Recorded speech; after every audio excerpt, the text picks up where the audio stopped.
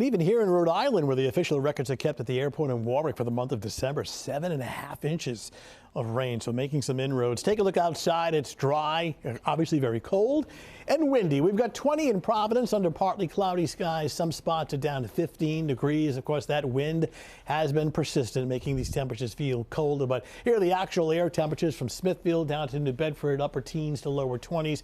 Toss in that wind, which at times is still gusting over 30 miles per hour.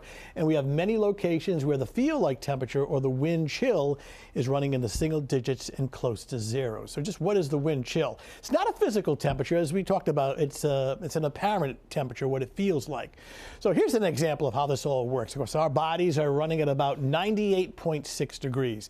So we actually have heat release through our body through convection. So in other words, this little area of orange just above our skin is a little bit of warmth, of which, of course, our clothing holds in.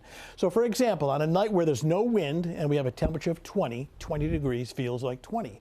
But if you're throwing a wind of, say, 20 miles per hour, that layer of heat just above our skin and around our bodies is pulled away and we feel colder. So the apparent temperature now, that 20 degrees, now feels like 4 degrees. So bottom line, it's a function of the actual air temperature and just how strong or weak the wind is. And clearly there's been enough wind to make our bodies feel colder. Those wind chills are rather frigid.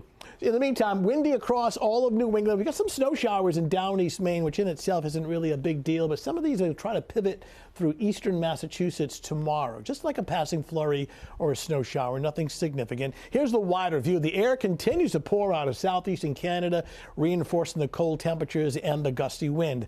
So when we move ahead into the future, we move ahead now to tomorrow afternoon. It's just more of the same. Sunshine, windy, very cold. Upper 20s, wind chills, single digits in the morning and around 15 degrees during the afternoon. Now we get more sunshine on Friday, but look at the difference. Finally getting temperatures above freezing and not as much wind, so a decent day. It'll be dry. Watching the storm system across the southeast. We've been talking about this all week as far as a potential coastal storm, and there will be a coastal storm. But look, on Saturday, it is too far offshore of southern New England to be a direct hit. So for the most part, it is a miss. However, there'll be other mechanisms in the atmosphere to produce some light snow showers on Saturday. In fact, wouldn't even surprise me if it coats the ground in some locations on Saturday. Nothing more than that. So no big nor'easter, but some light snow Saturday. Wind gusts once again very busy tomorrow, gusting up to 35 miles per hour. These are the actual air temperatures tomorrow morning. 6 a.m. 16, 11 a.m. partly sunny 26, and then windy and frigid tomorrow afternoon. Slight chance, though a mainly dry day, slight chance of a passing light snow shower or flurry. Gale warning continues on the bay for those strong northwest winds. 7-day forecast, not as windy or as cold Friday afternoon.